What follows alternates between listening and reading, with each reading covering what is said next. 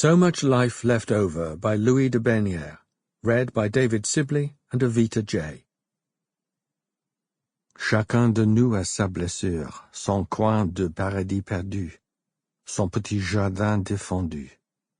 Georges Moustaki, Alexandrie. Chapter 1.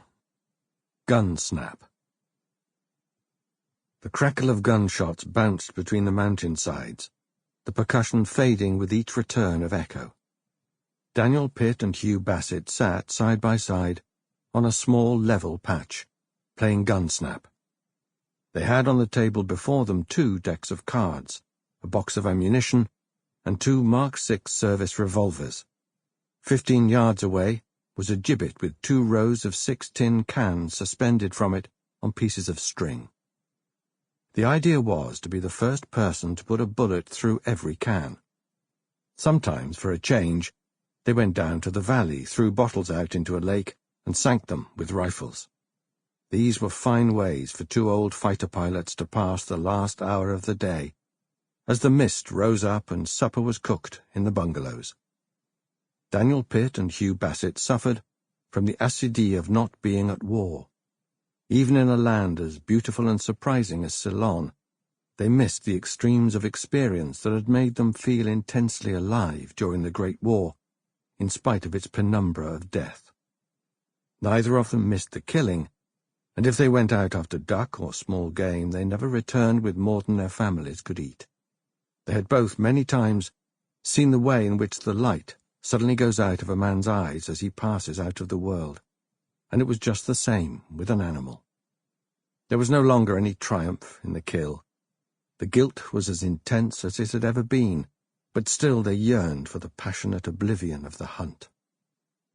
There's a kind of man who, having been at war, finds peacetime intolerable, because he cannot develop the civilian's talent for becoming obsessed with irrelevant details and procedures.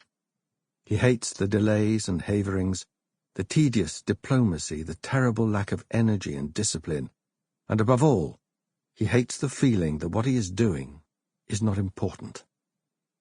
If you struggled for the freedom of France, or fought to keep Zeppelins out of the skies over London, what else can seem important thereafter? Daniel and Hugh were fortunate to be involved in the manufacture of tea, because everything in that industry depends upon good timing and good teamwork, and strictly understood hierarchies of responsibility. Daniel loved the huge and beautiful machinery in the factory, and could not resist rolling up his sleeves and helping the Singalese engineers when it broke down. Machinery was so much easier to deal with than people.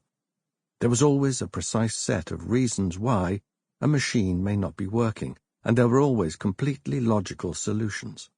People were slippery and elusive, changeable and moody. You thought you understood them and then found out that you did not.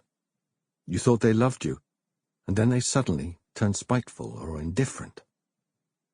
Daniel enjoyed the sheer reasonableness of the machinery, but he also enjoyed the brotherhood of mechanics, and he reflected quite often that he had more in common and more enjoyment with the engineers than he did with those British people who congregated at the club. He'd picked up some Singalese, in addition to the Tamil of the tea workers, and was finding that the more languages you know, the better you understand your own. He realized that languages divide the world up differently from each other. He was half French, and had often wondered why it was that his French personality was different from his British one. In French, he was more emphatic and rhetorical. Somebody had told him once that in Russian there was no word for blue. There was bound to be a word for pushrod or tappet, though. It was very fortunate for him that he had the company of Hugh Bassett, who'd spent his war flying Sopwith triplanes and camels over France in the Royal Naval Air Service.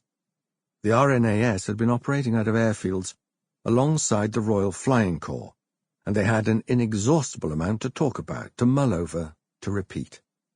Both had binged beyond the borders of sanity, knew the same jokes and ribald songs, had overflown the same strip of desolation month after month, fought the same battle to keep flying sickness disorder at bay, to remain optimistic, to perform over and over again the impossible trick Sample complete. Ready to continue?